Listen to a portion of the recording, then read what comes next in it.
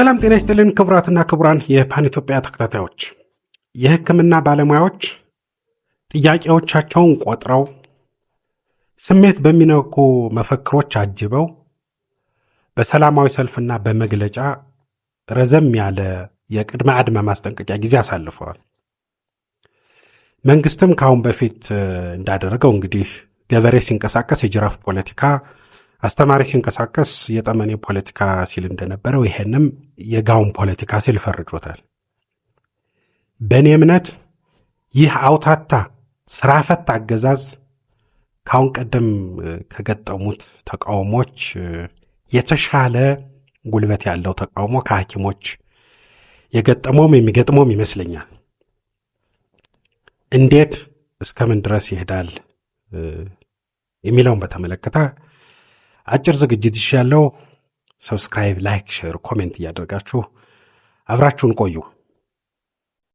ጠቅላይ ሚኒስትር አብይ አህመድ ከአንድ ወር በፊት ፓርላማ በነበራቸው ቆይታ ስለ ድሃ ለኛ ማንም አይነግረንም፣ መደብ ላይ ያደግነን ብለው ነበር። እውነቱ ግን እንዲህ አይደለም። የጠቅላይ ሚኒስትሩ ከድህነት ጋር የተያዘ ስራ ካለ ድህነትን መካድ፣ መርሳት፣ ማባባስ ነው። ይኸው እየተነገረ ነው። አምነስቲ ኢንተርናሽናል በጣም ተደጋጋሚ መግለጫዎች እያወጣ ነው። የኮሪደሩ ልማት በጣም ብዙ ሰዎችን እያፈናቀለ እየገደለ ድሃ እያደረገ ነው ብሎ እንግዲህ በማስረጃ የተደገፈ ነው። በዓለም አቀፍ ተቋማት ፊትም ሪፖርት እያቀረበ ነው። ይሄ ነው የጠቅላይ ሚኒስትሩ ከድህነት ጋር በተያያዘ ስራ። እሱ ብቻ አይደለም።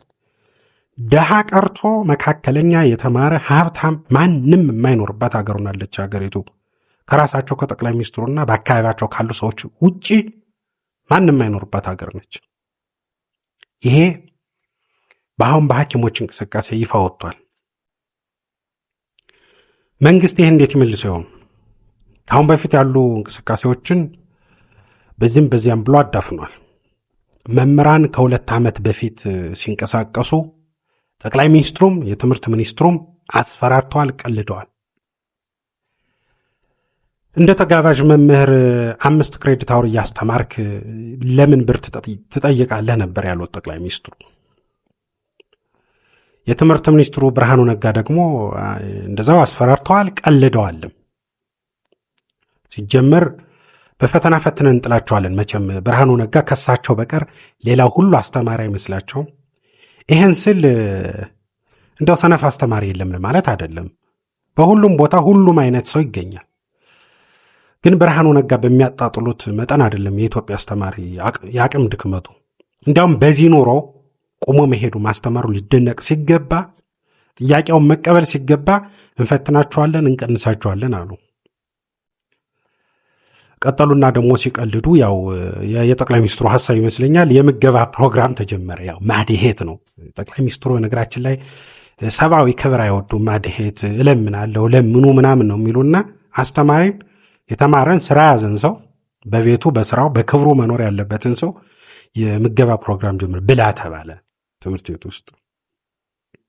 ከሰሞኑ ደግሞ ብርሃኑ ነጋ ባንክ እንከፍትላችኋለን አሉ ለረሃባቸው። እንግዲህ መምህራን ደህየን ተራብን ዳቦ የለንም ለሚል ሰው ባንክ ይከፈታል፣ ትበደራለህ፣ ቤት ትሰራለህ ምናምን ይሉታል።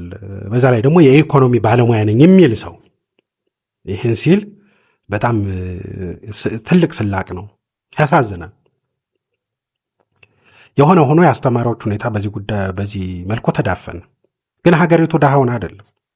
ዩኒቨርሲቲዎች የሚቀለድባቸው ተቋማት ናቸው። በነገራችን ላይ ዩኒቨርሲቲ ውስጥ ዝቅተኛ አስተዳደር ከኢኮኖሚ ከፋይናንስ ጋር ግንኙነት ያለው ዝቅተኛው አስተዳደር በእርግጠኝነት 2-3 ቤት አለው።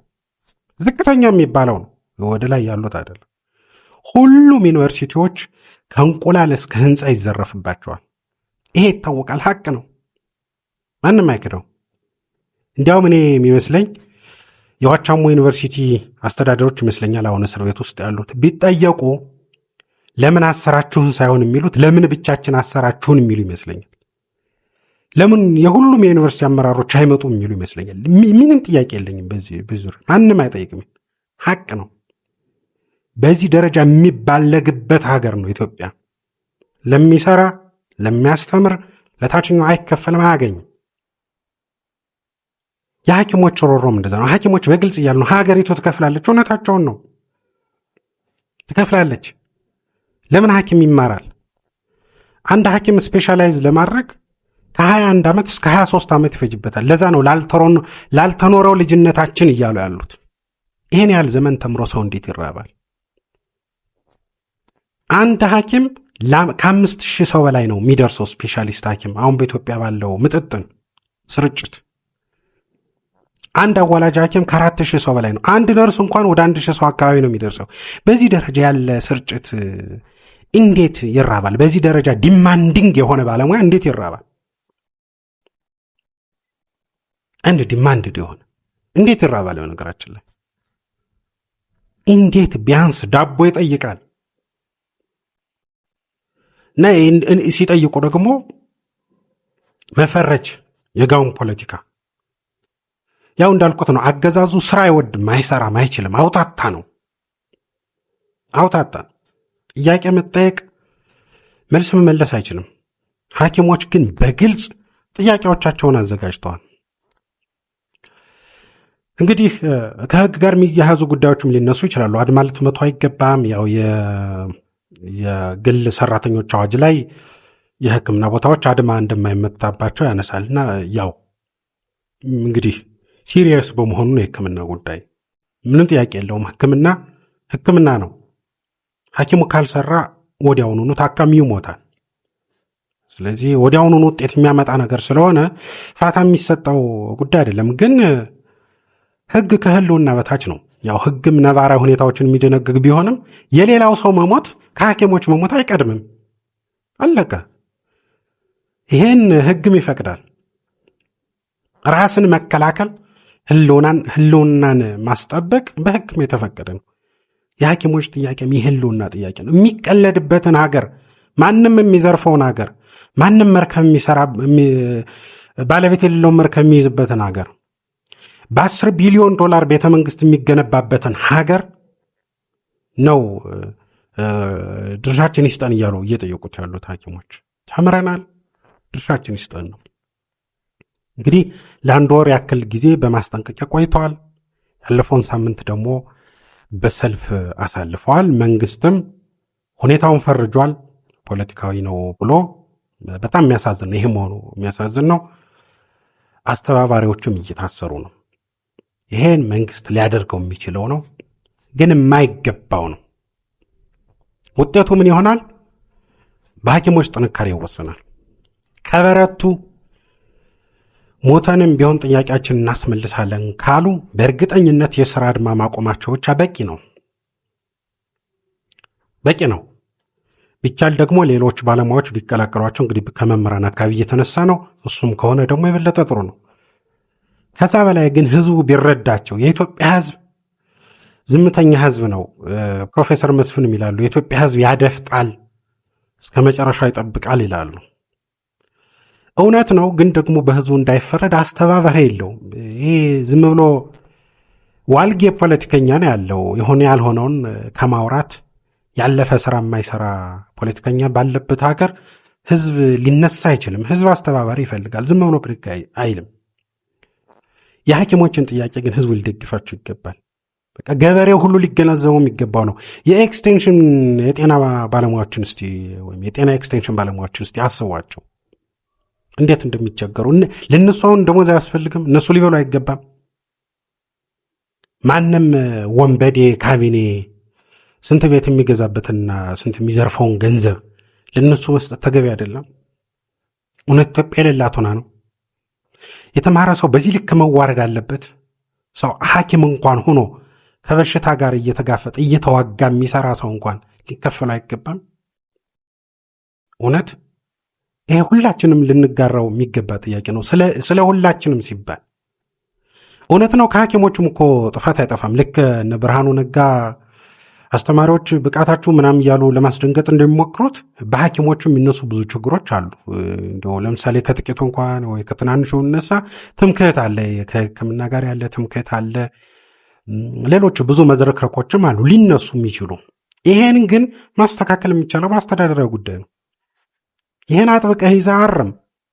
መንግስት ከሆንክ አስተዳዳሪ ከሆንክ ካስተዳደርክ ይሄን አረም የሚገባቸውን ደግሞ ከፈል። የመንግስትን የሥራ ሰዓት እንዳያባክኑ፣ የሕክምና ቁሳቁሶችና ሌሎች አገልግሎቶች እንዳይጎዱ እና ደግሞ ደንበኛ ተጠቃሚ ወይም ተገልጋዩ ታካሚው እንዳይበደል ተገቢውን ጥንቃቄ አስተዳደራዊ ጥንቃቄ ማድረግ ነው። ሰው ሊያዝ ግድ ይለዋል። ለዛ ነው ሕግ ያለው። አስተዳድረው፣ ከዛ የሚገባውን ስጠው፣ አለቀ እንጂ ሐኪሞች በዚህ ሁኔታ እየተጎሳቆሉ፣ አስተማሪዎች በዚህ ሁኔታ እየተጎሳቆሉ፣ ማንም በዚህ ሁኔታ እየተቸገረ ሪዞርት፣ ኮሪዶር፣ ቤተ መንግስት ሊገነባ አይገባውም። እየተራብን በነገራችን ላይ ሁሉም ሰው እየተቸገረ በዚህ ሁኔታ ሊኖር አይገባም። ይህን ችግር ለመቅረፍ እውነት ለመናገር መነሻዬ ላይ መግቢያ ላይ እንዳልኩት አሁን የተሻለ ጠንከር ያለ ተቃውሞ፣ ጥሩ ጉልበት ያለው ተቃውሞ የመጣው ከሐኪሞች ነው። ሐኪሞች ስራቸው ወዲያውኑ ውጤት የሚያስገኝ በመሆኑ ከበረቱ፣ ሌላውም ካገዛቸው በእርግጠኝነት ውጤት ይመጣል።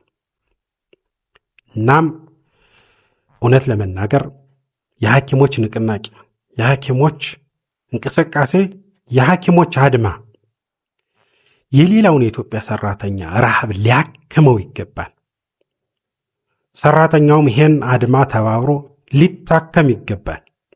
እውነት ለመናገር ይሄን የምለው እንዲያው ለመረበሽ መጥፎ ነገር ለማንሳት አይደለም። ይሄን አውታታ ስራ ፈት አስተዳደር፣ ይሄን ዝም ብሎ የሚውል ሁሉን ነገር የሚተው ለሕግም ለሞራልም ራሱን ያላስገዛ አገዛዝ እንዲህ አድርጎ ማድረቅ መጨቆን ይገባል፣ ተው ማለት ይገባል ብዬ ስለማምን ነው።